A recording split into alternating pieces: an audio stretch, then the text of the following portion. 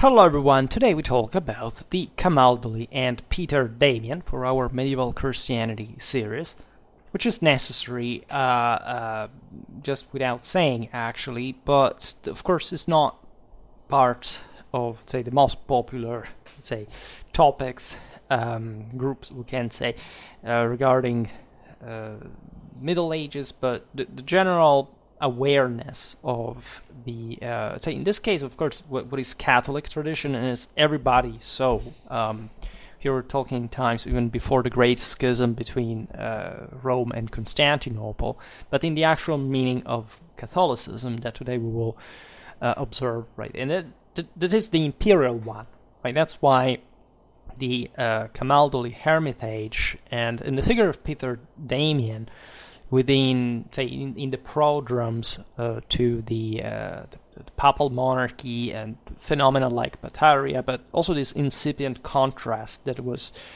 forming between the empire and at least a papacy who was ever more aware of its universal power beyond even the council itself, and for reasons that have to do with the sacred nature of Rome, but with the meaning of the empire, or for how it had been traditionally reaffirmed in the West, right? So these are all enormous topics that I take my time to address because they're not easy, right? To say the layman ear, the sense even that the Western, that the whole Roman Empire was some sort of fictitious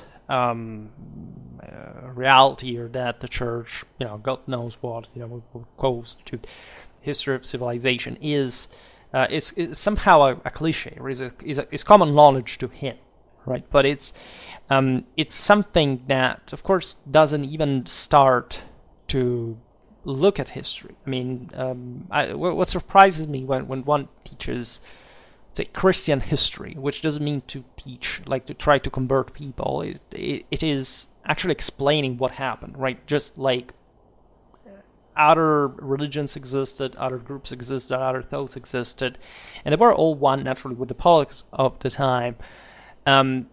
You must explain what happened, right? You must make this gigantic effort of trying to get what they really meant at the time, which was not something, as you've usually been told, completely different from our own, or that concerned them but shouldn't concern you, right? This is an incredibly, I don't even want to qualify it, but it's just something that once you even open a basic Christian history manual, as you can study in every lay university in Europe, in the world, whatever, is like the ABC. If you don't start from the ABC, and such an important thing of course, religion at the time, how can you even hope to understand anything about the Middle Ages? This is something that amazes me, right? How much we go by without properly caring, but still pretending at that point to still be entitled to say, but there's another thing I'm so passionate about this time. Well, I don't know anything about Christian history or the Christian history of the time, but man, I love this other thing. Why are you kidding, right? Aside from yourself, because that's the let's say that's something I think even a child understands, and so the level of foolishness that we live, that we're surrounded by, seems at this point really ridiculous. Now, first of all, let's focus on the picture here. We're talking about 11th century Italy. So something that we have already seen in many other videos, and that we can approach also from the ones I made about the papal monarchy, something admittedly we haven't talked so much about that. We talked in the last years, especially mostly about the consolidation of the papal monarchy, the Gregorian reforms, etc. But the before is crucial. Right, so it doesn't matter how developed, of course, we make these comparisons all the time, the Italian peninsula was at the time, it still was the 11th century, right? And so from the experience from which the reformers started and were influenced by, etc., is sometimes the one of the wilderness, right? Starting in what in the sources you find as the insulae, as the islands, right? And the swamps, right? In places like the Venetian Lagoon, for example, the Romagno coastline, right? Think about what Europe really was. Forests, swamps, there weren't all the canals and dams. But not only in these places, by the way, think about the same woods, the mountains, where, for example, in the 3rd decade of the 11th century, shortly before the death of Saint Romuald, that had founded that, the small colony of the Camaldoli. Right? Camaldoli is a locality close to Poppi in the province of Arezzo. By the way, it's very close to the famous battlefields of Campaldino. So Dante Alighieri, protagonist, right, in the charge of the breakers of the Feditoria, that was almost killed on the occasion, by the way. Even though it was a Florentine victory, it was also a hard-fought one. So imagine just this, of course, would happen couple of centuries later, but just the picture of what would have become, what we tend to fix mentally as that episode, at least in mostly from literature, from say another era, but that was taken in these very places, right? The Apennine, of course, most of the Italian population at the time, like today, is concentrated in the lowlands, right? So you have a Po Valley and then a few essentially plains all across the peninsula that is crossed by this chain, which is also quite inhospitable in many ways. It's cold. It's really wild. It's still not. There's never been much of a development there. Of course, there are cities, there are roads, but at a relatively short distance from them, you have places that are perfect for hermitage, right? Even historically, like if you go back to Saint Benedict, the early Cenobia, in areas that, as we will understand now, had to be separated from the world, but still in contact with them. So this is terrific because that's the Middle Ages, right? Again, population is relatively scarce. The general communications are reduced. You can easily isolate yourself, even in a what for the time what was a civilized country, and the ultimate objective, of course, is the one of hermetic experience. It's essentially about a psycho struggle, right? That contemplates very hard deprivations that has fundamentally to ascetically bring you closer to, from a Christian perspective specifically, the suffering of the Christ, but in the general universal meaning, to that capacity that as a man you can you own in potential to transcend your physical limits, and so acquire through this practice a level of awareness that makes you acquire a supernatural force. Fundamentally, the idea of sanctity is the same one of the hero before. When you look at all the let's say the traditional religions, they looked all back at this, which was not a paranoid isolation and self-marginalization like mentally ill people do, and especially to a mass psychosis level today, denying civilization, refusing it. No, the objective is to experience that, but not remaining a savage at the outskirts of the world, but entering the world and taking it over with pure superiority that will translate itself immediately in earthly terms, and that will be able to produce, right, what these people will manage, in fact, without actually any determinism. And studying, say, the Gregorian reforms really shows you the degree of that. The papal monarchy, something that also had never been, say, aimed at completely before, and that still had to be enacted, again, by very specific individuals, decisions, and so on. But the background of the reformers is interesting, because today we will see mostly Peter Damian, but there are many other figures, including Saint Popes, that were coming from this experience.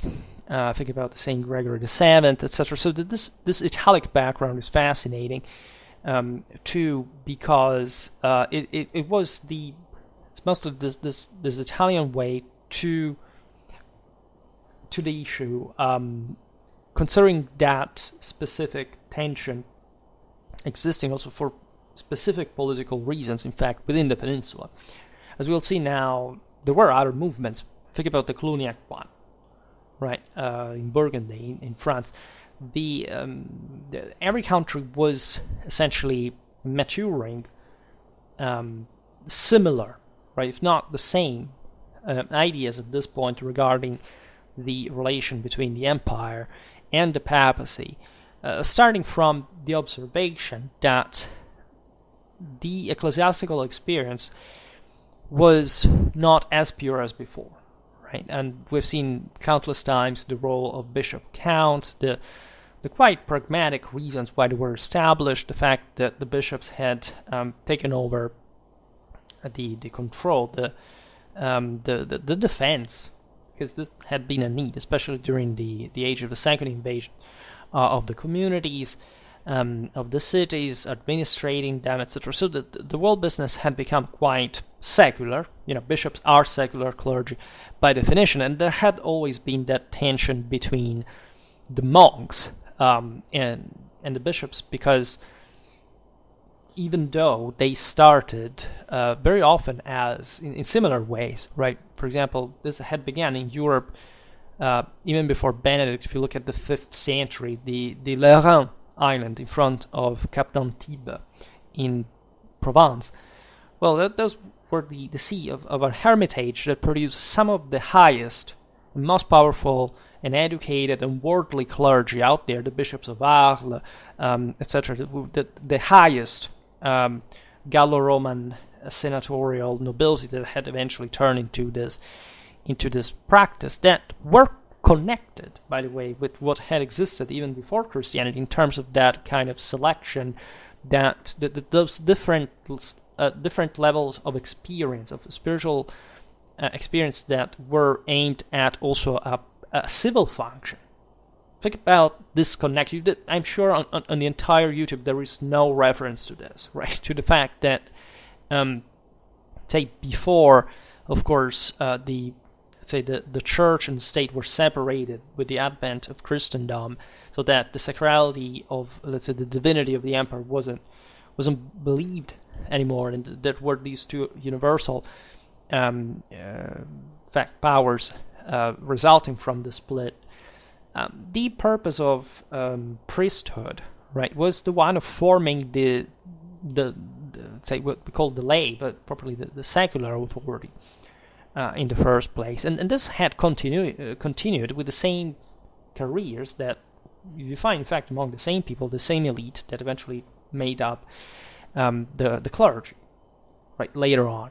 So this is another story, but this is to say, and we will see now why, that the incredible harshness that was entailed in the monastic, especially the eremitic experience, was deemed universally necessary to contribute to salvation, because works do matter, right? And this is the entire point of Catholicism, that, in case you don't know, that predates Christianity, for that matter, and that's why we use the term in the first place, and that was pretty clear, say, to anybody actually before the Roman Empire, beyond, and that brought always the same problem: how do we save humanity?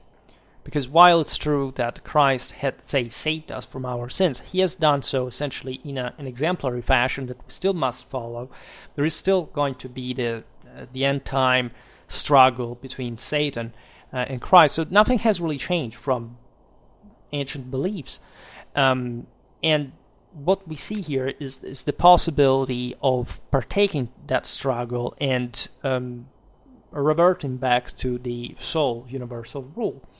So as you understand, this is gravity of implications as far as the Gregorian reforms are concerned as well, because it wasn't just about purifying the church, right? The objective there was defining the role of the church in salvation in relation to earthly power embodied by the emperor. So you immediately understand that the Byzantine Empire had remained instead like it was before. Even though the church did exist, the emperor was at the head of it, something that in the West was not the case.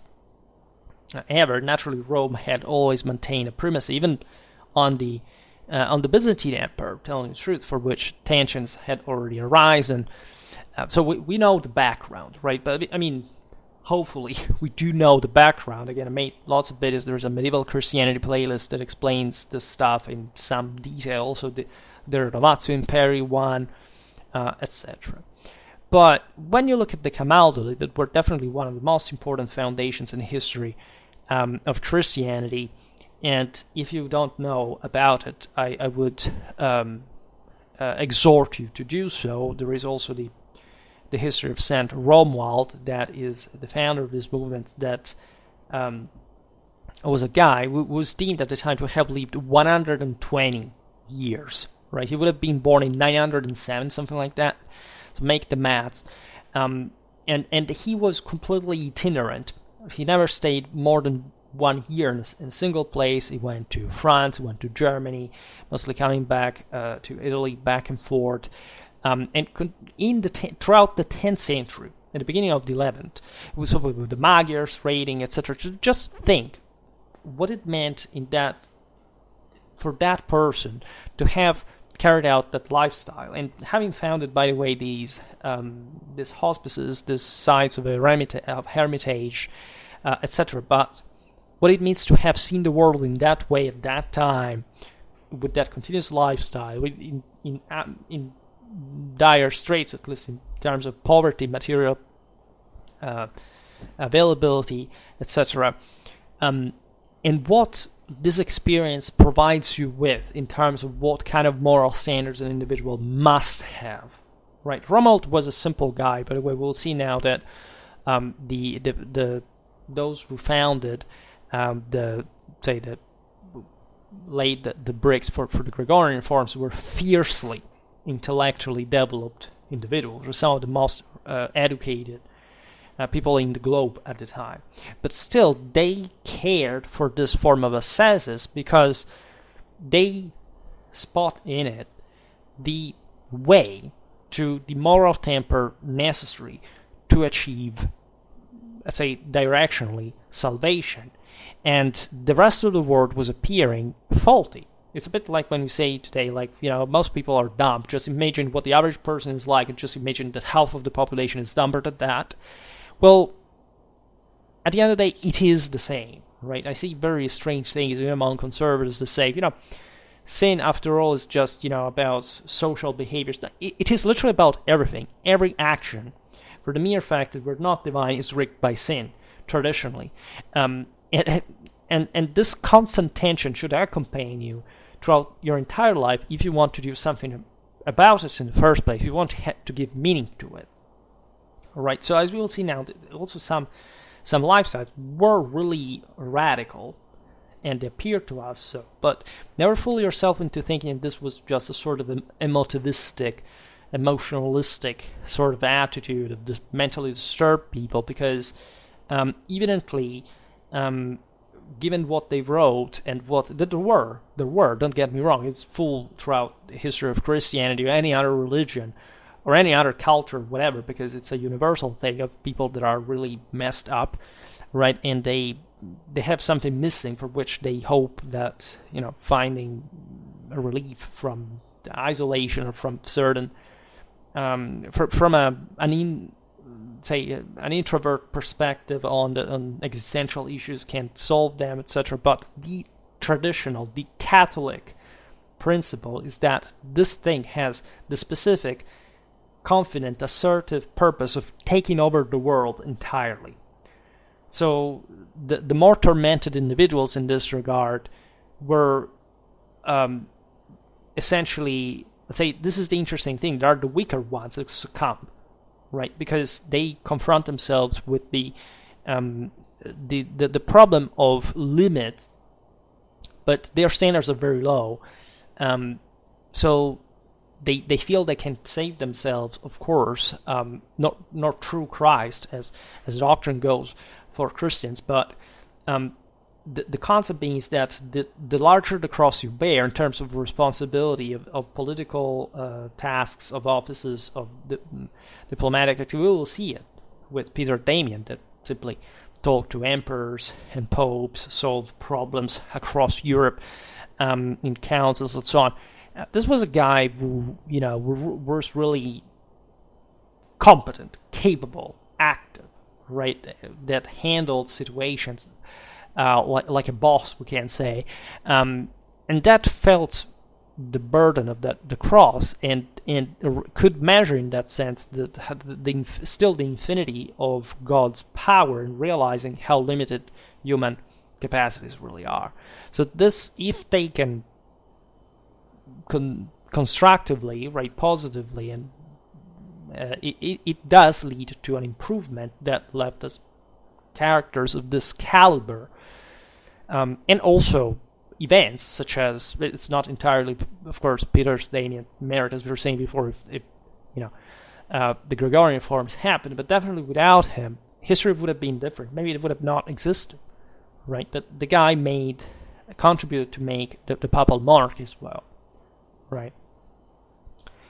And the Camaldoli were very successful. There were many of these monastic foundations. We live in a world in which, as you know, monastic association is not clergy, right? There are not other paths to take, but following the order, right? The rule, and wherever you are, you can join, right? And this stuff made so that many of these communities would spread, sometimes also not in hermitages, and there was a clash between these movements, because some told them, but if you preach this, but say in the world, what kind of chance there is that you're going to concentrate on your spiritual limit, where you're distracted and influenced and lured, and right, the isolation from the world that monasticism requires has to do with the replication of the heavenly Jerusalem. Monastery comes from monastos, right, in Greek, which means the monad, literally, and so the idea that you are, it's an accurate existential description of human condition. It is to say, you are truly on your own, right? You can't join with other people. There is of course, a communitary relevance to this. The Holy Ghost is only within the sense, only on the church, and so you have to be within it. But this is exactly the point. Your heavenly Jerusalem must be replicated on earth. It has to act as an example and to really make people behave, right, with the same level of strict morals that accompany it. And the interesting thing is that this was understood as a relentless work in order to save Christendom, let's say the world, humanity, on the longer run. Right? It was understood evidently that just the work of one was not possible, because it would have been just to deny the entire Christian concept, just per se. But the sense that let's say the lifestyle of an individual, in fact, was just part of a broader wall of spiritual flow that had to support the lay authorities and make things work and succeed. And so the imperium descending as the Holy Ghost, as winged glory on Christian powers, was believed to be just the necessary, just like, I don't know, praying for the soul of the dead to elevate themselves to heaven and not coming back to nothingness, to hell. That technically is that the solution of the soul, and so the impossibility of being saved in the end time, etc. So the importance of work as well as action, as wishful thinking, right? Not just as predestination, but as free will and predestination. So the difference being made at the same time, which is the liminal concept of, say, morals and science still to this very day, because you can't quite distinguish the two things unless falling into a materialistic, deterministic, relativistic, gnostic heresy, which of course is against any kind of religion that ever existed before this kind of sect that emerged just later on, at least in Christianity, right? Lots of other Chthonic cults of that kind all around that pop up every time that celestial standards are not met with by humans. And that's the tragedy of the story, right? The Camaldoli or monastic congregation is called like this because of the place that eventually that became the vertex of other affiliated Cenobia, right? There was a very strong influence on the Vallambrosians, for example, too, that in Tuscany had been promoting with a polemic tension the clash for the reformation of the clergy, but starting from the cities, right? Something that other orders here didn't like at all, because they said this is completely inverted, right, in the traditional system. Like, you have to detach yourself from the world in order to be able to see it from the outside, right, and not the other way around. You come back to that, but after having, of course, experimented discipline in all her harshness, that's why it was designed in that way. Consider that the concept of having different, by the way, a sort of house, and then so from which the other Cenobia would depend, was also pretty anew, right? It was happening already with Cluny, with other foundations, and this reflects, by the way, what was happening in the 11th century as far as the need of a hierarchy. It's a bit like what would happen with the papal monarchy as well. They realized that if they wanted to act on a bigger scale, they had to give themselves an order, right? There must be a civilizational value that acts by authority, right? Discipline, order from the top. But if you don't have that, you cannot have any form of strategic capacity, right? And it's always about the tension between the leader and the follower, in a way. But if you don't have that structure, you cannot go anywhere competitively as well, right? It's also of course, a human failure, but as long as there is a redeeming value to these experiences, and it does work, and it can accomplish stuff, and can produce skilled individuals that know how to do their job, like, that's successful, and that's what we're witnessing here. Saint Romuald had been greatly admired by Peter Damian, who he wrote actually a lot of stuff in the first place, and that's why he's also so important among the other things. This guy was, again, an intellectual, a hermit, but also bishop, as we will see now, of Ostia, the Suburbicarian sees that were becoming at this point provided with the right of the cardinal right of election of the papacy, all in this system in which, again, the emperor Peter Damian was always very supportive of the cooperation between the papacy and the empire. I'd say none of these projects was actually subversive in that regard. The papal monarch was not born to get rid of the empire, nor the empire wanted to get rid of, let's say, the papacy per se, just perhaps in that form, because it was competitive. But that's also something that boosted dramatically Western civilization, as opposed to, the Byzantines or the Muslims, right? That all, by different degree, lacked that kind of dichotomy. There would be a lot to say about this, and perhaps I will go back to a bit more archetypal and traditional history that can illustrate this tension. But the effect, the actually positive effect.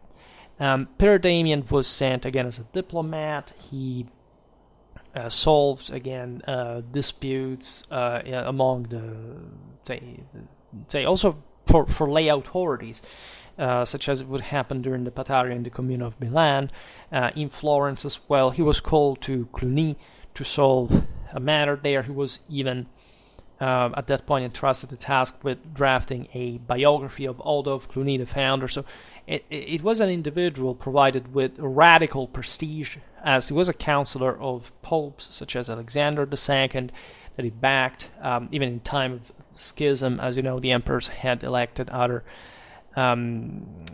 popes in the meanwhile. So he was in all this. He started as a jurist, as a matter of fact. He studied in Parma, where he became, there weren't universities yet, but in a few decades, as you know, we talk often about universities, in Bologna would start. So what the environments we see here are proto-universitary.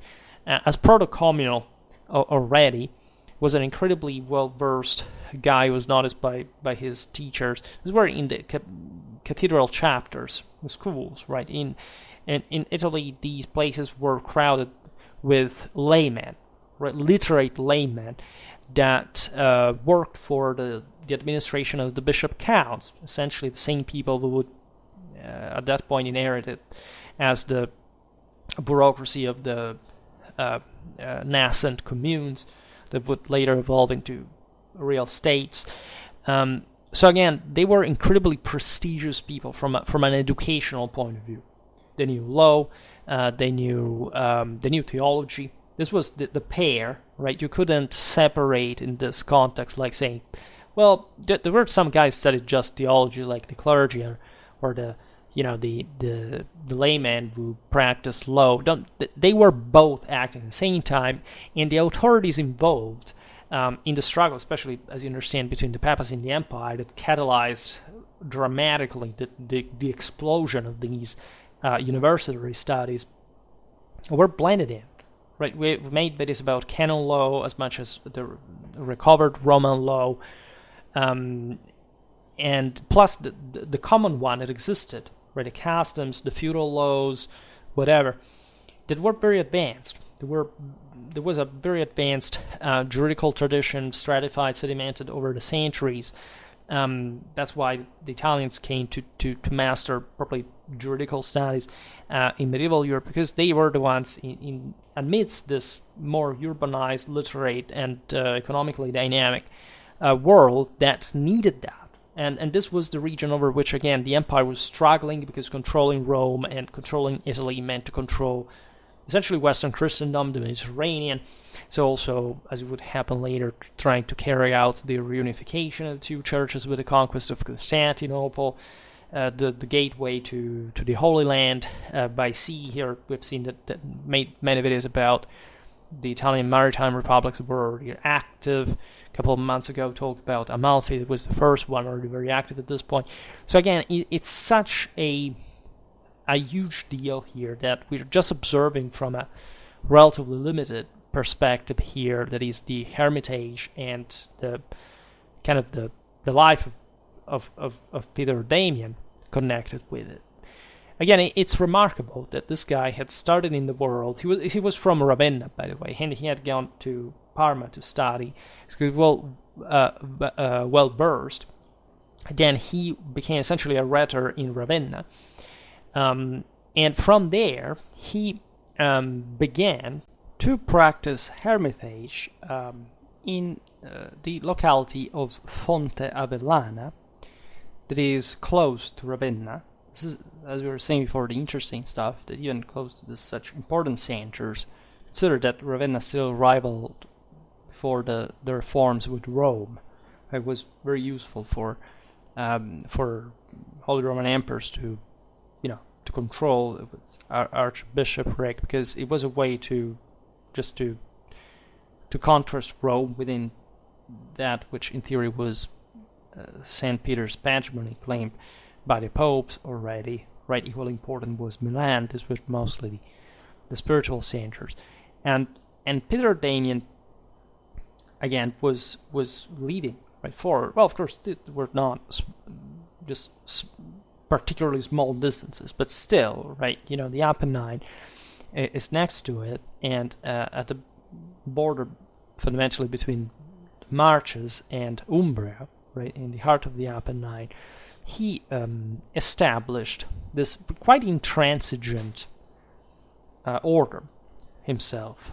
Right, he went along the Apennine, founding hermitages in the same way Romuald had done.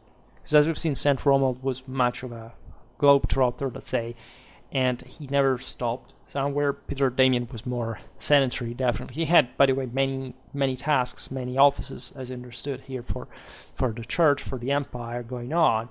So busy guy, but he chose certain times of the year, during Lent or, as an example, to spend in this hermetic experience. It was all functional to his thought, to his studies, to his policy.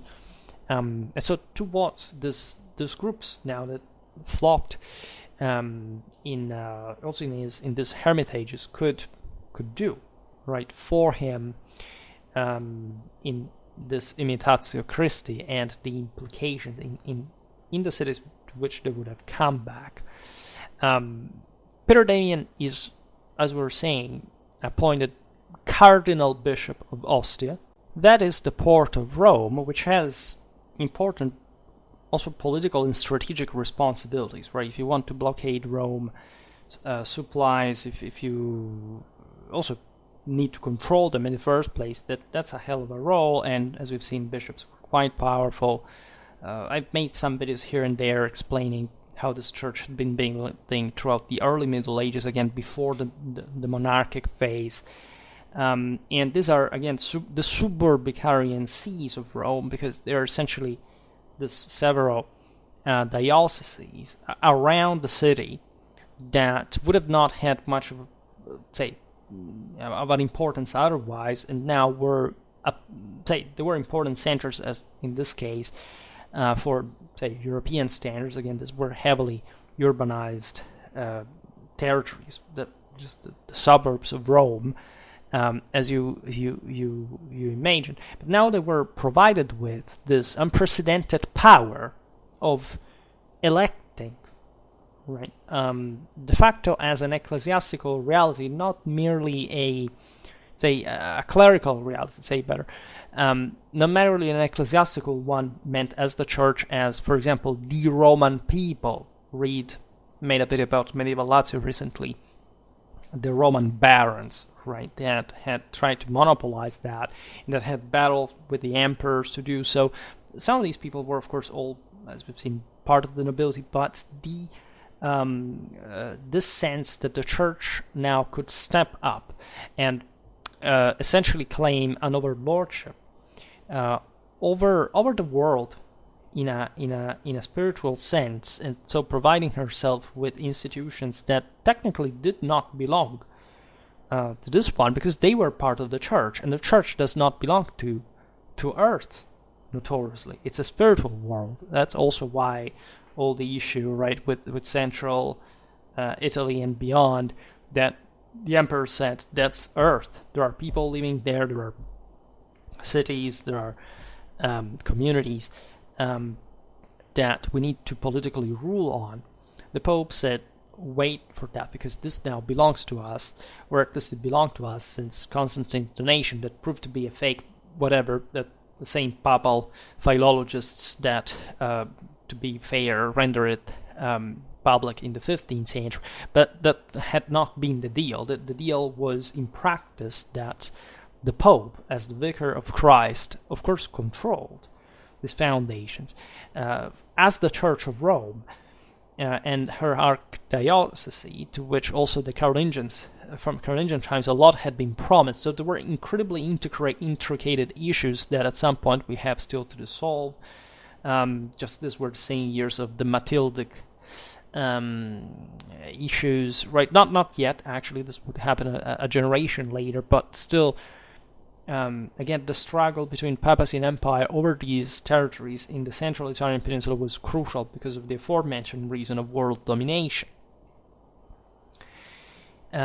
Peter Damian was part of this game and was held in the highest regard by the papacy. He would notoriously be a saint, a doctor of the church. He was recognized by the papacy later, but this was already felt, like in his life, that he embodied certain standards that, of course, derive from a higher spiritual quality, for which he was used to really settle matters, to make the rights of the church, respected, but also solving political issues locally, which is what the church was called to perform, right? When he was called, for example, in Milan, I made videos about the Pataria, right? It was this movement. It was essentially populistic in nature. It was sort of democratic, right? So nothing to cheer for, telling the truth. There were extremists, but there were complaining, at least surfing the wave of the sense that at least the local clergy, the Archbishop of Milan, was very powerful. We were saying before, we were appointed by the Germans, or some Germans were appointed. It was not a national problem, but the idea that the emperor was ruling those affairs, and as you know, in a couple of centuries, Milan will lead actually in the following century, lead the struggle against the same empire with the Lombard League and all. Well, it was about, why can't we rule ourselves by ourselves, right? Without crossing out the empire, which would have been completely anti-traditional and nobody thought of. But let's notice that controlling the Milanese church means to control great part of Milan, and that if this is done just by an appointment, has not much to do with the what we think the standards of purity of the church should be. We can take up arms, and there were factions with the same nobility. Peter Damian managed to convince kind of both sides of the in a context in which the church actually was blowing on embers, because it could put pressure to those hierarchies who were more siding with the emperor because of their connection, because they were installed there, right? Whereas the papacy favored some kind of more, of course, local immersion, which could be the same, because not all the archbishops of Milan were foreigners, whatever, but nor that meant much in terms of personal, beliefs. It was just the fact that they were incidentally placed there by the emperor because they were trustees, right? So the equilibrium, the balance that Damian showed in this diplomatic negotiations, and the theological and juridical knowledge were impressing everybody, right? There was nobody really attacking him, if not this more kind of radical, extremistic, populistic side. For example, the Vallambrosians that he mocked openly in a sarcastic way at the Council of Florence, where he told them, like, if you're hermits, what the hell do you have to do with the city? I mean, this was not the quote, no hell, but there was the actual phrase, like saying, what are you doing in the world if you're hermits? right? And why don't you do what we actually do? And now we will see was something extremely violent, self-flagellation, something like that. Again, bear it in mind. These people were from the side of order, of equilibrium, of balance, but they self-flagellated.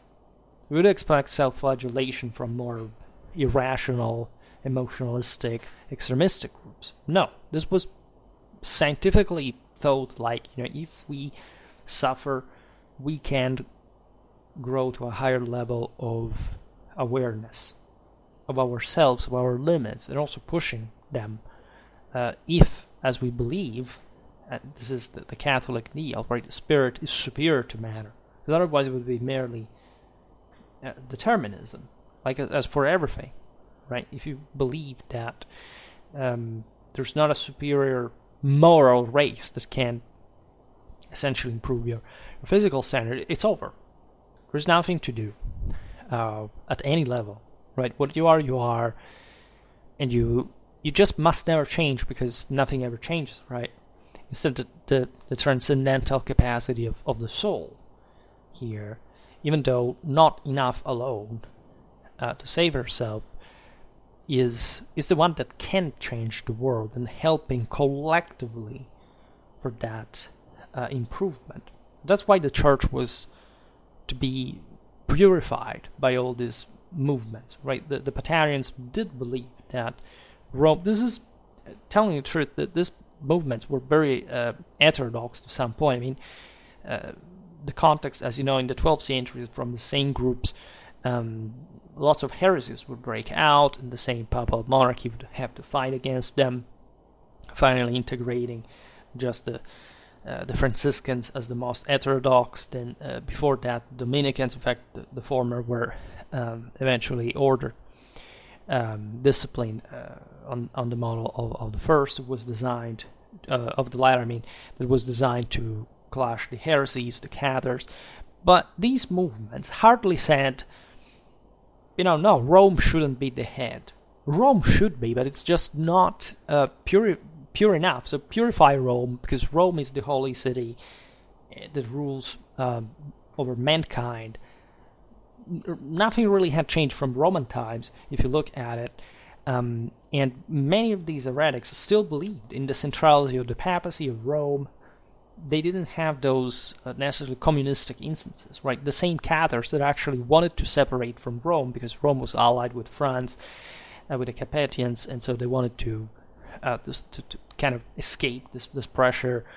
They actually copied the entire papal hierarchy, even the Inquisition, right? I don't know how to tell you that, but they were terrible people. I made multiple videos about the Cathars. Not just they were vegans, and I'm not kidding. Communistic. They didn't. Essentially, they hated sex because they were agnostics, right? They hated bodily reality. This is exactly like today's transgenderism. It's the same identical matrix. People think that we think of this stuff just today, but it was always the same, right? If you had any traditional history in mind, you would know that perfectly, but that's exactly what's being removed from you, right? And even Christian groups that were persecuted by the Roman Church, such as the Valdensians, among the various heretics / heterodox movements, actually supported the extermination of the Cathars, and there was a reason, right? They denied incarnation. They denied essentially the fact that in order to revert to the one, you have to transcend your flesh, right? This is the BS of Gnosticism, that basically you don't have to do anything but dying in order to be freed from the evil that your body constitutes, and not using it as a tool to come back to the one from which it originated, because they believe in the superstition that there is actually an alter god which is evil, that has created you to sin, and that actually that's the God of the Old Testament. This is, by the way, a Christian Jewish heresy, as you know. And this is what triggered, in the case of the Bogomils, even the Byzantines that were alien to the concept of crusade, the persecution and extermination of these guys, because their idea is that you have to, basically to do nothing to improve the world. You will die and you will be saved by a guy who you have nothing, you've done nothing to deserve the attention of, but you will just be picked and moved. So it's if Augustus had thought of this, right, he would have taken a heart attack, right? The sense again that Catholicism is founded on the concept you still can transcend through divine help, through traditional grace, because that's also how the Imperium was manifested. Your own mortality was and that's the point. We will be resurrected in the flesh, because that's what all comes from a single force that we have fallen from ourselves. Like, there is a divine spark within man in that regard, exactly because we are from it, right? And we have the fault of having made the standard collapse because of our own fear and our own irresponsibilization, and the fact that it didn't depend on us, but it depended on something external, right? Hence the myth of the snake, the chthonic animal par excellence. And this is plenty, again, the snake in all Indo-European religion is pure evil that you have at best to slaughter in order to obtain something from it. But there are actually adult people. There are actually real people in today's world that believe that tradition was about Gnosticism.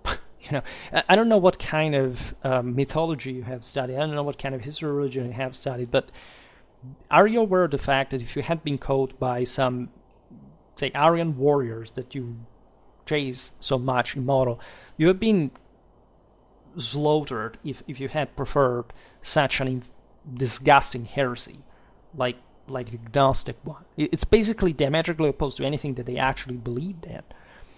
But this is, of course, the religion of the lesser people that cannot afford to think that they can take on a divine power themselves, and that it takes to pay for the sin that it's on us for having created this reality, but being the only people who can take it back to the primal origin. This is what individuals like the ones behind the Gregorian form were really working for. What is fascinating about this is that the self-flagellating part was not meant to, let's say, destroy your physicality. It was meant to stimulate your spirituality, right? Agnostic would say, we destroy the body because the body is evil, right? Peter Damian would say, we flagellate because we want to shake ourselves into the awareness of the fact of what is the limit of our mortality at the end of the day. So we don't want to kill ourselves. We want to in fact, he also lived somehow a long time in spite of these practices, and out there in the world as a well respectable and sane individual, by awakening itself in that vision. You see Christ's experience in the desert, but also the Buddhist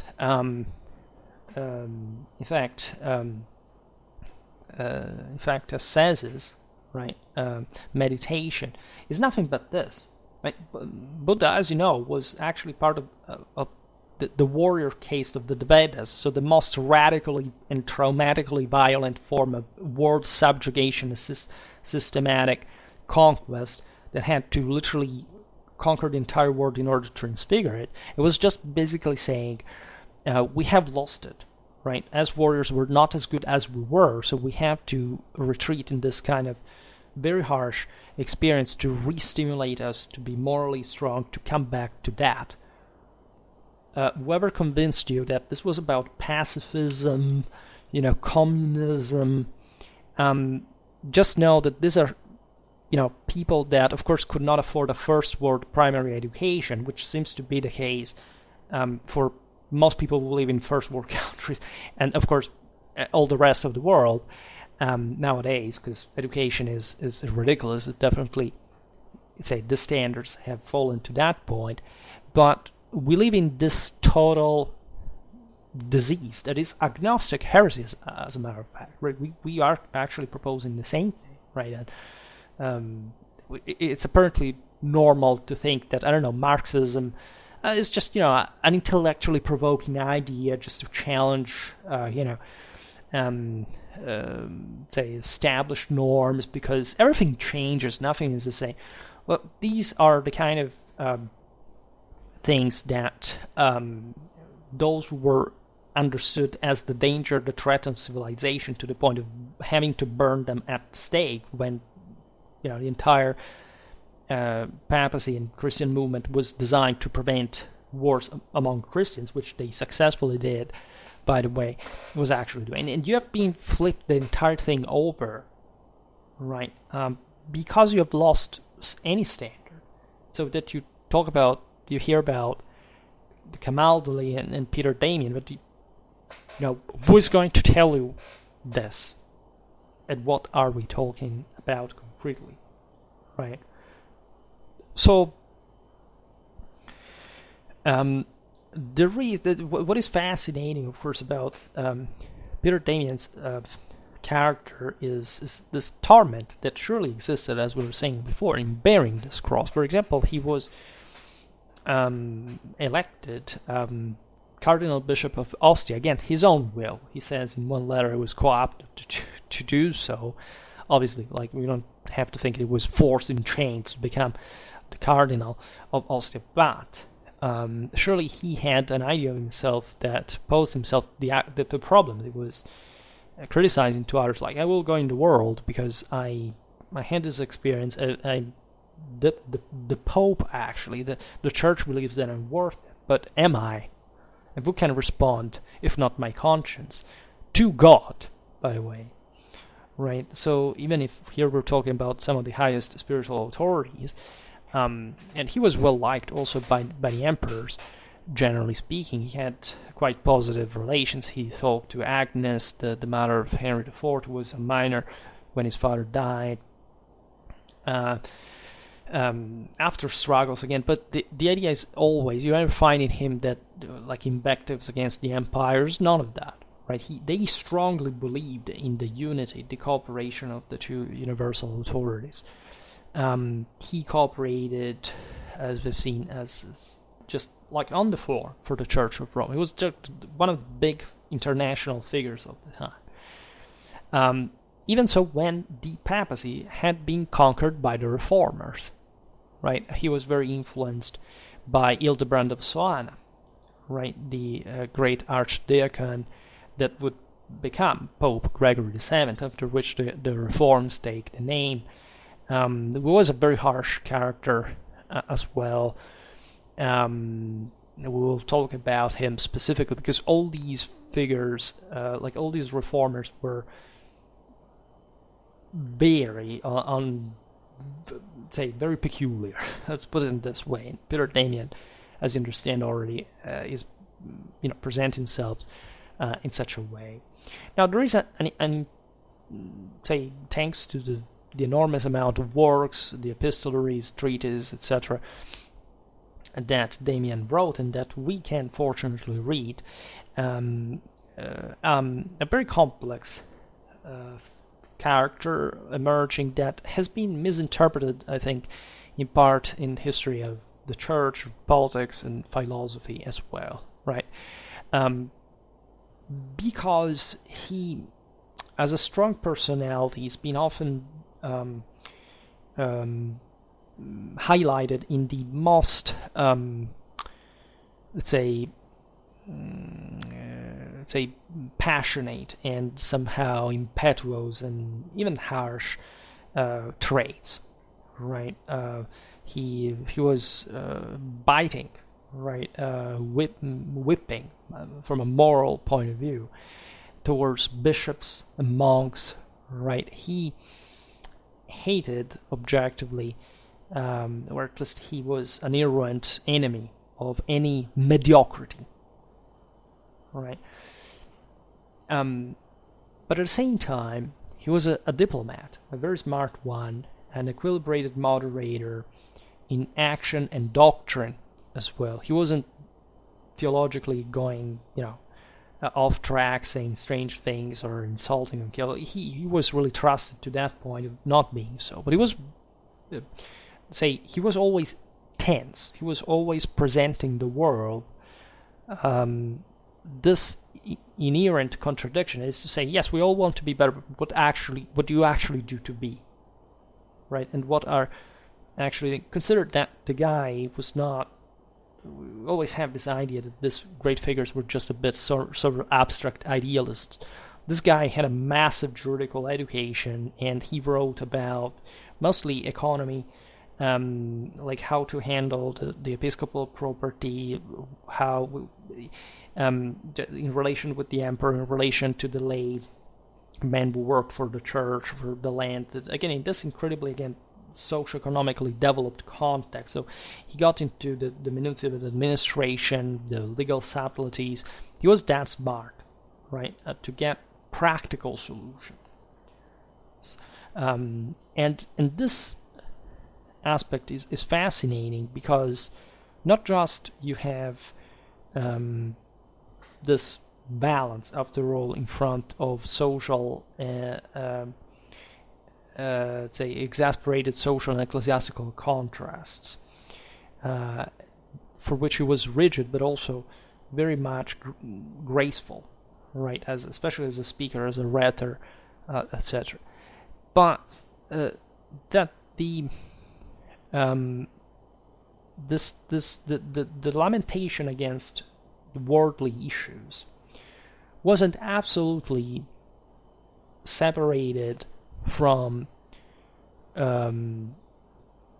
life in the world itself. I will explain now why, right? Because he evidently had quite a passionate exuberance, also in his personal relations that were the most varied. He was very well liked and received, as we've seen also at Cluny, where they were quite impressed about his capacity, because he didn't know much. He had to intervene there in a dispute because the local bishop had claimed something on the monastery, and so they didn't know what to ask. They asked him, right? He went to France and settled this matter and acquired this ever higher prestige, right? And some philosophers focused mostly on the end of his life, when he, as an old man, he detached himself further from the world, right? He would still be active diplomatically abroad. He would move around, etc.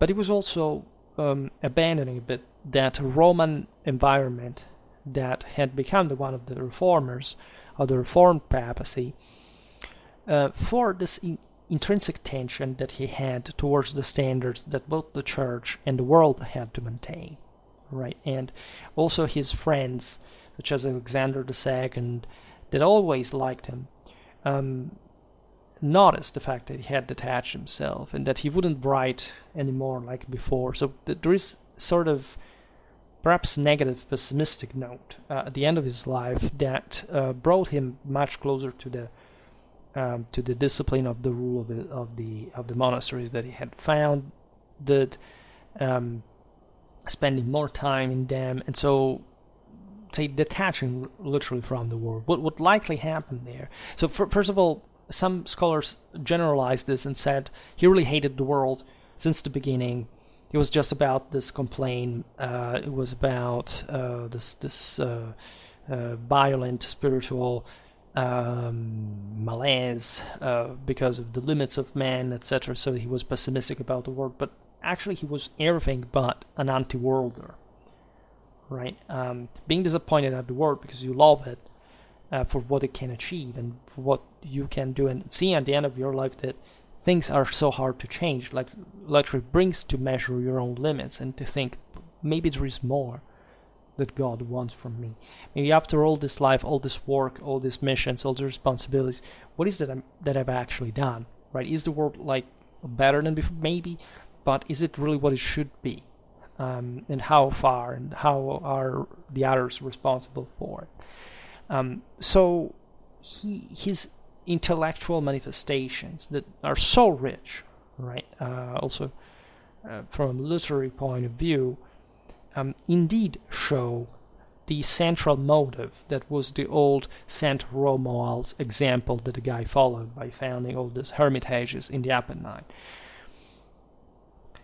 But it's definitely not a separation from the world. Actually, there are, and especially in his youth, and also in his middle age, there are some passages that witness that say literally, I go out there in this mission because I truly believe there can be something beneficial for the soul that I can do, right? Just my own soul, but one of others, and I truly look forward to do so. He had been teaching in Parma, in Ravenna, in very, very public positions. He eventually was very worldly in terms of connections, of personal interaction. Bishops wrote him, asking him for advice. How do I deal with this problem in my diocese? That weren't just ecclesiastical administration, but political issues and in violent situations and so on. So again, his prestige and sense of himself was recognized at a point. I can say it was an embarrassment for him as well, because he was surely pretty, say, aware of this capacity. He was the smart guy of the situation. Since he had started studying, he was not as recognized by everybody as such. But again, exactly perhaps this. And what was happening, generally speaking, and now is too much to digress on for this video, because really what was happening here between the empire, the papacy, the Italian nobility, was really a huge deal, right? It was here the settlement, for example, of the Normans in southern Italy, which was, as you know, and I made a video about this, very maneuvered by the papacy, that also went at war against them. There were really lots of issues that had to do with how do we cope literally with southern Italy, that was so fragmented, and the church had always seen as a sort of land of her own, because technically what the popes had asked to Carolingians was everything from the Adige River in northern Italy to the Strait of Messina, between Calabria and Sicily. And so, as you know, in the south there were the Longobards, there were the Byzantines, there were the autonomous republics, there were the Saracens still, and the Norman adventurers were coming, and how to cope with them, right? Initially, you have to convince them to side from you, to be, as they would become, the armed hand of the papacy, but not before, say, lots of issues that were revolving around the relation between the Longobards and the mercenaries, the Byzantine Empire as well. At some point, he wrote to Constantinople in his hand that he was dissatisfied with probably the fact that in Rome they hadn't given him too much of a role, as he hoped to enact what he thought the right thing was needed. This is interesting. I mean, the fact that still at this point, of course, there was no schism, so technically, remember this: the church is always one, as much as the imperium is always one. We reason like 19th century Victorians, but there wasn't such a thing like a Byzantine Empire and a Holy Roman Empire, and just eventually two churches. Like, in theory, this thing was to be one, right? Imperium manifested depending on whom was willed in it. It could be multiple people at the same time, especially in this case where you see two empires that, by the way, the papal reformers played on dramatically well, in terms especially of like saying, I willed both empires, right, for one side or the other. This were all steps that entailed enormous political issues, turns, etc. It's obvious that in such a tumultuous path, nobody was really satisfied, and especially somebody so intransigent like Peter Damian. Thus, when you read him, for example, making these prophetic invectives, you definitely see him in that sort of violent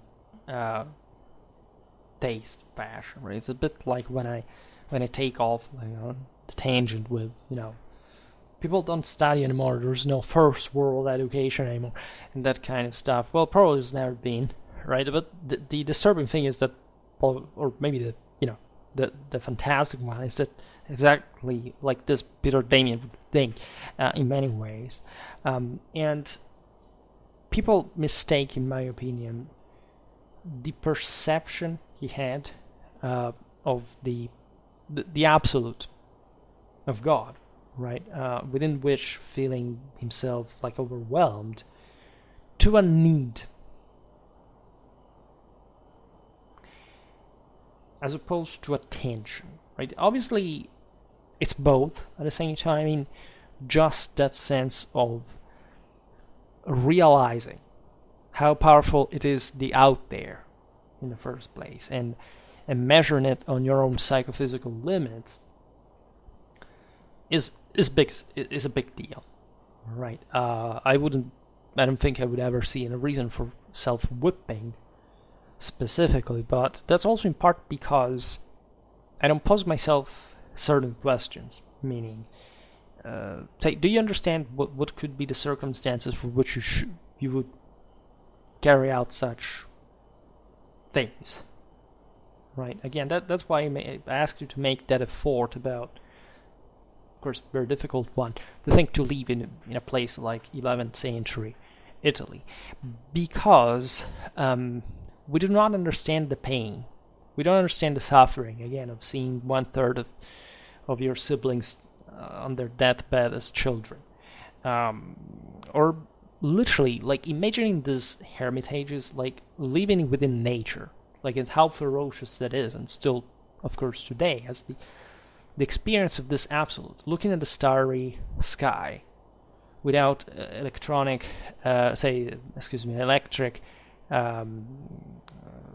electronic devices as well, but I meant literally electric pollution, light pollution, the sense of this enormous system, and how it is instead down here on Earth, and what are we actually doing in front of this, right? How overwhelming this really is, right? That's a sort of that is a lack of center. That is a sense of the torment, right? That you cannot remain silent in front of which. You can simply say, well, life is about our little BS that we live every day, like the routine. Yeah, we sort of fool ourselves until we go to the grave. That's basically it, right? All I want is just awaiting, essentially, to die, doing stuff that maybe it's not even just satisfactory, doesn't make me feel really accomplished, or, again, having extremely lower standards, but not striving for surpassing this limit. But this happens when you die. Right, so I admit there is something romantic in this. Here I inserted some pictures of the landscapes of the monasteries that still exist, by the way, as you can see. You can't go there, by the way. You can ask the monks, and you will stay actually in one of those cells. They don't do self-whipping, I think, but that is, again, in our time, something you should try, right? There are many monasteries of this kind all over Europe. You can find exactly the same concept, in fact, shared universally. But just think of what it is, just to be there, to be brutally honest with yourself, without anyone, in silence, without any distraction, without your phone, without, living the natural rhythms, without being necessarily, again, in the wilderness, in the sense you have to survive out there alone, but reflecting in fact on that misery, of how few even it takes to survive. If you're provided by somebody of that means, and what would you do out there alone, right? How much do you welcome that bread, that soup, that wine, if you are, let's say, when you're aware that without that your life alone would be so miserable, while you strive for greater ideals, etc., you're still even dependent on that. By the way, Peter Damian appreciated very much the Cluniac way to St. Benedict's rule, because, by the way, as you know, at this point, everybody was a Benedictine, right? You had these other congregations, but say updates of the rule or certain interpretations or certain specific, because it was the head here that regulated in a disciplined way, that the community, etc., had some discretion capacity. But he was very impressed with this attempt to reduce at least certain excesses, certain worldliness, right? And as we have seen, this was all a mean to make us think what really matters. Like, I just to make it very relatable, just imagine when you go on vacations, right? For a year long, you stay glued to a computer in an office, working, doing some kind of stuff, or stuck in traffic, with noises, maybe you don't sleep well, etc. But you go on vacation at sea, on a beach, you relax, you're more physically exposed, like to water, to wind, you do wake up. You do say, this is better, right? This feels better, not because it's the lifestyle itself. You're paying to be there. You're not you have, say, if you lived in the wilderness, you wouldn't actually enjoy it that much. But the exposure to it, and this sense that you can somehow improve yourself to a psychophysical level for which you would evidently go, say, to be in a better state condition, it is partially what they were really seeking to obtain here, to awake people regarding the weakness of certain tastes, the uselessness of certain behaviors, right? How addictive the world can be. We all know, and in the Bible it's evident, Cain is sent after having killed his brother by God. That doesn't punish him, by the way, at that point, because Cain hadn't realized what he had done, right? To work in the world. So actually, again, the value of civilization, as I was saying before, says that you must go out there and do something. The problem is the problem that you have that you find along the way. Peter Damian wrote, by the way, some treatises about even just, I mean, the biblical example is Sodom, right? He wrote a treatise even against homosexuality that is called something like on Gomorrah. So I think it's obvious why homosexuality is a sin. If you're literally, I understand it's not a popular position, but if you're, again, people, the average person doesn't even understand what sin means. So I will not digress on this now, but just be aware that there is a very concrete moral and scientific, it's not just the support to this ideas. It's just that it pertains to, again, a level of awareness that if you're not into that's sin per se, right?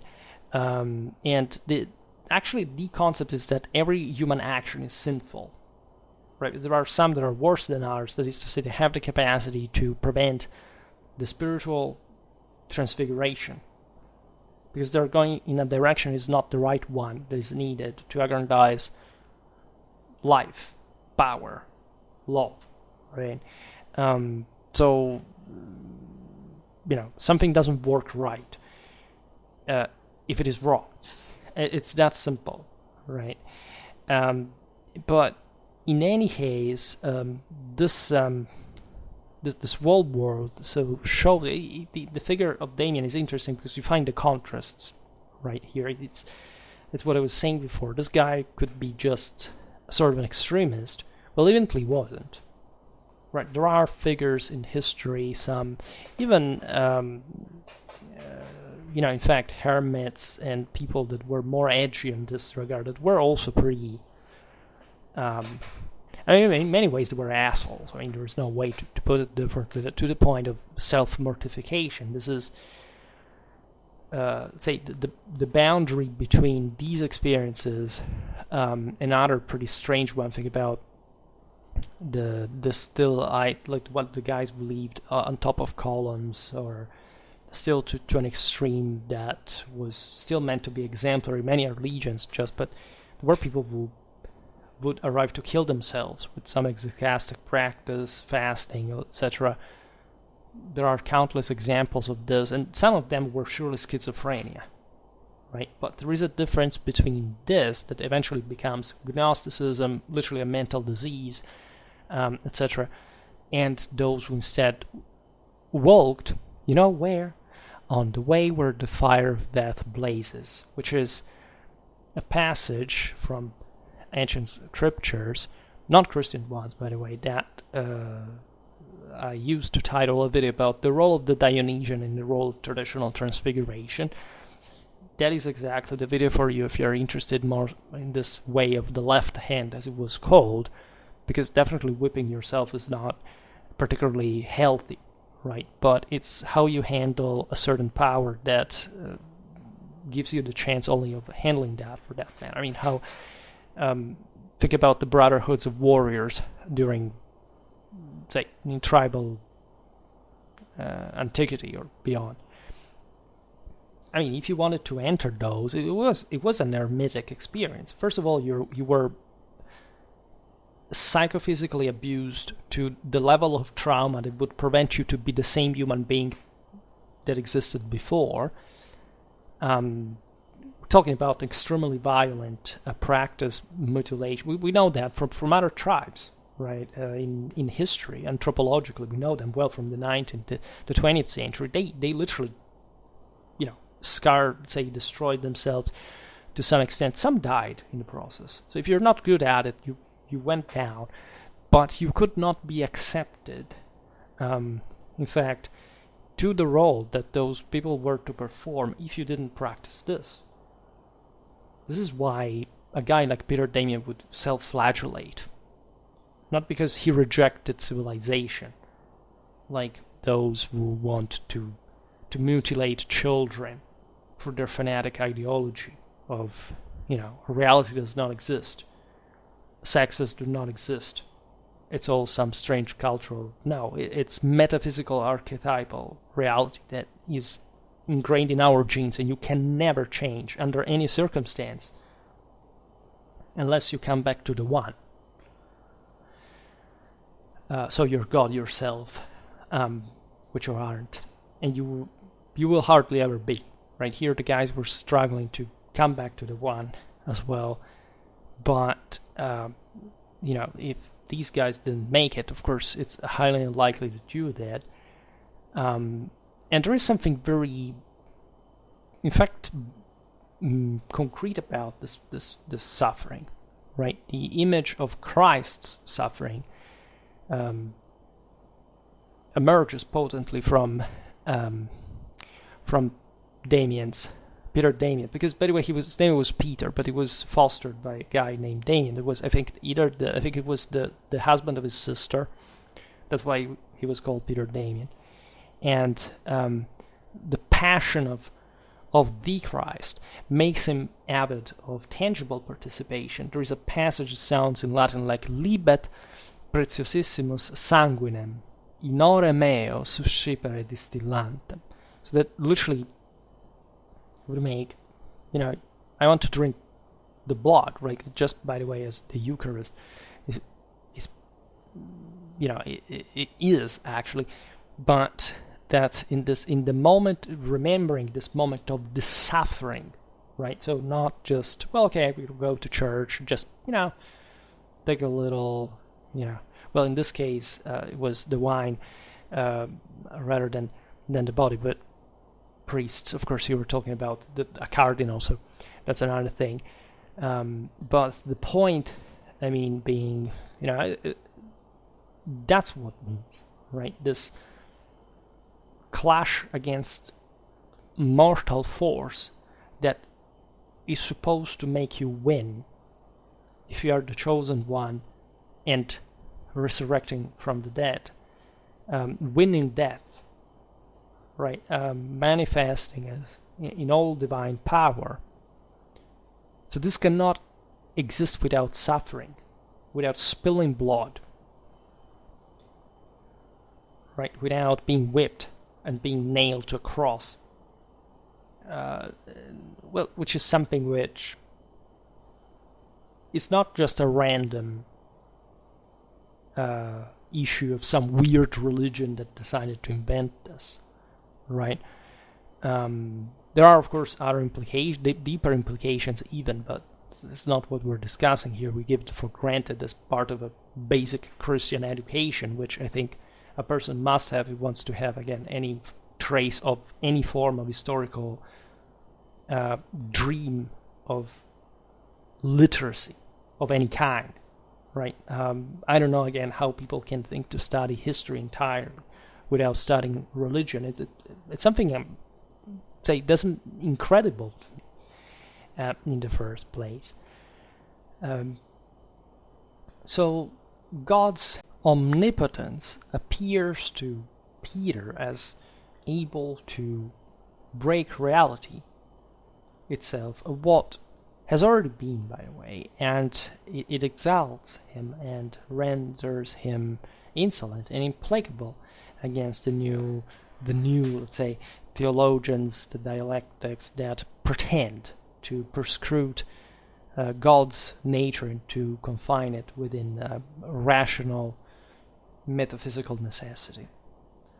Right? This is a sin in which we all incur, because if we stop to that, we intend, say, well, it's a challenge, because naturally at the time they didn't know a lot about physical reality, but they would still try to explain it in that way. And so to us, it seems that now we know so much more. So we know now, first of all, there is no God, just because we can see that, right? There must not be, even though you don't even know what God technically means in the history of mankind, the history of religion, taught by hundreds of thousands of scholars all over the Western world in lay universities, and definitely not to say that it's just a fairy tale, but in the sense that you shouldn't even compare it to science, because that's the first mistake in the first place, or at least you should compare it to science if you take for science the actual meaning of science. So not the mechanistic determinism that makes you say, there is nothing else until I discover it. Just imagine that, if this attitude had been radicalized, it often is. This is not there are scientists who are, of course, well aware of this issue, but there is, like, I've met with actual, you can see on the internet too, people simply say, it's all determined. There's no free will, don't worry. What the hell do you know what, even in this sense, free will or determinism are supposed to be as an ultimate root cause, right? And even if you say that you can reconstruct everything and then something moves just because it moves, what does that mean, like, in relation to what you still don't know, right? Have you actually found, like, have you explained life already? Have you explained consciousness already? Because also there are lots of, scientists, real ones, popular ones, leftist ones, by the way, who simply tell you science, of course, by definition, doesn't know a hell about that. Because it's the concept of what it implies, gnoseologically and ontologically speaking, that doesn't allow you to simply put it on a say, I know that only what I can see or can experiment which is at the end of the day only empirical, right? All the rest is built over because it describes naturally a physical law, whatever. But why does it have to be all? And especially, why do you think the religion hasn't taken into consideration this problem already? It's just an incredibly poor understanding of religion on a historical, scriptural, just philosophical base. I mean, this is the point. How many people in today's world have studied history of philosophy? I mean, not philosophy, but history of philosophy. It's to say, from the beginning, from Thales of Miletus until, I don't know what, in the 20th century.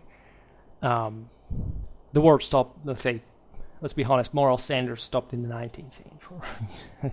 All the rest is rubbish. Little spoiler. I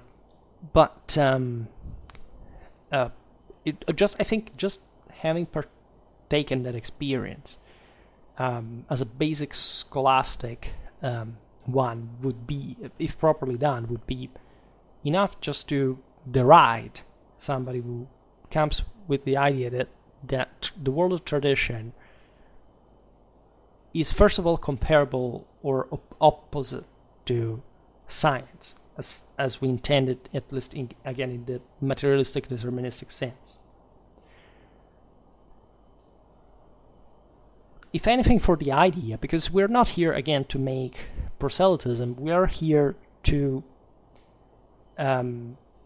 show people what is that historically people thought to achieve things that today we're absolutely unable to achieve. Today we can achieve things because we have the technology. At the time, they achieved things without having anything. There's literally civilization being built here. To the degree of moral tracks that have been laid to this point, just to be ridiculized by people who haven't literally even studied them. I don't know whether talking about Peter Damian and Camaldoli here helps. I hope so, because that's why I make the video in the first place. But let's say, ask yourself, what did you know about this guy before listening to my video? Because I'm sure that at least a good 95%, sorry if I'm that cynical, but so it is. It's not that they didn't know or they had never heard about Peter Damian, which may even be the actual percentage, but that actually knew what he was about, or what he believed, or what he did in his life, right? And this is just a very small, I didn't even talk about his life practically, or what he did historically, politically, that's just an introduction, right? But this, the point is, never underestimate the faultiness of human mind. Never underestimate the falsehood, the mesquinity, the unreliability of somebody who is so faulty just by default, and that may be striving, but not necessarily succeeding, as it seemed to be the case, because the point of succeeding would be to save the world entire, which nobody can to this point, right? And the entire reason why Christianity came about, why other things happen historically to this day, is the proof of that degeneration. And they were aware of that, right? They hadn't cancelled, the pagan past at this point, as we've been told. They had understood what that meant, and they said, no, because you failed. You thought you were actually God yourself, and you didn't save this world. So what derives from it is let's try to put things back together, and let's try to pull back water in terms of what has been happening so far, if we can. This is the great medieval struggle. This is the great traditional ancien regime deal, right? Also the Diet Empire Papacy, why it was born, to recuperate, to refound that kind of unity. It's up. So again, big deal, right? So not just fairy tales, as you were saying. In Damian, and I think this renders him a bit more relatable in this sense, was self-ironic, right? He's insolent even against himself.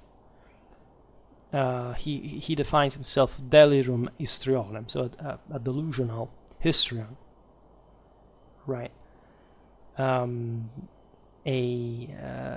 Which from such a hell of a rhetor and logician as he was,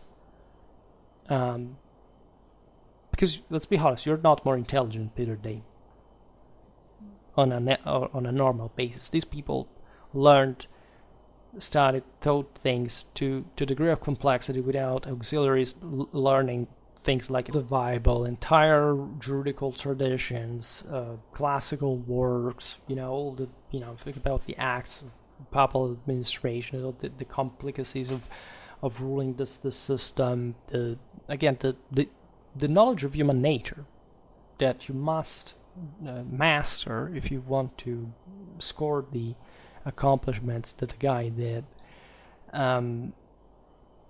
That's actual intelligence. That's not making a little experiment to say, okay, I feel so accomplished, then somebody else will thinking about it. We're making, we're saving the world here. By the way, I don't want to come off as if I boast, like, at least as long as I studied it in high school, I actually boast, I think at that level, a higher scientific education than the average.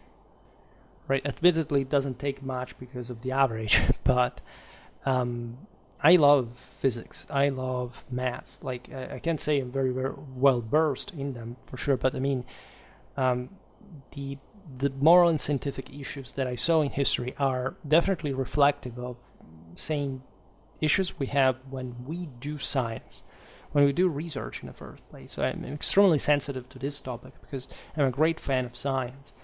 I'm just like I'm a great fan of medicine. It's just I'm not a great fan of scientists, or I'm not a great fan of historians like myself.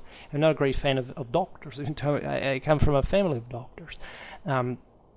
That's the difference, right? There is a true science, and then there are people. It's a bit like saying like that there is God and there are people, right? That's the same identical thing. So if you are humble and intelligent and dignified and honest enough, you should at least know that things are way more complicated than they appear, and that there is, of course, no definitive, like, ultimate point, because one of the most beautiful things of science is when things get really complex, how much thoughts diverge on what we're actually looking at. And I think if that was accompanied by a little bit of, say, metaphysical education, if you read tradition, the Vedas, say, really, you would understand how much those people actually had sorted it all out before we tried just to make sense of it mechanically or physically, without else, right? It can't be the two things cannot and must not be separated. Otherwise, you will remain blind. All right. So the idea of this scholar becoming what he was best at as a master of rhetorics and logic against his own will, right? And the things said by himself, I think, are, say, a good example of what, say, a person who never abandoned the tension, right, of responsibility for himself and the others in a journey like his one, right? By the way, his last mission was in his in Ravenna, his native city, and then on his path back to his I think the same Fonte Avellana, where he liked to spend the Lent. At that point, he fell ill, like he was brought to a monastery just outside the city of the town of Furley, where he died. Right. So when you look at the human experience of these individuals, we understand still that we all die to this point, and that even the most careful, the most, say, insightful, and ones that are able to go that far, right, in order to, let's say, to follow what they think is right. Well, you do feel a bit more challenged, at least. If not humble, because that's not necessarily the only thing you have to be in front of this experience. Well, at least it should be, in fact, this motion of saying, well, what can I do myself to solve the situation? Pain, death, these things depend on us, in a way or another. And what does happen to the extreme? We don't know that yet, because we invented the concept of infinite, on which our maths and geometry are based. So basically an act of faith, because there is no such thing like a line, a point, or a surface in physical reality, but we still build all our knowledge of it on the same. So if this is not an example of faith, as much as accepting that we reason for the existence of an infinite and striving to reach it, right, in some way. Well, I don't know what this thing can be about, right?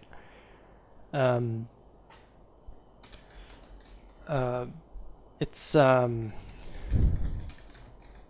sorry, I'm answering a message. So I usually don't do this while I'm recording, but every once in a while I keep myself distracted while I rant, right? So this was about Peter Damian and the Camaldoli, just a little reference to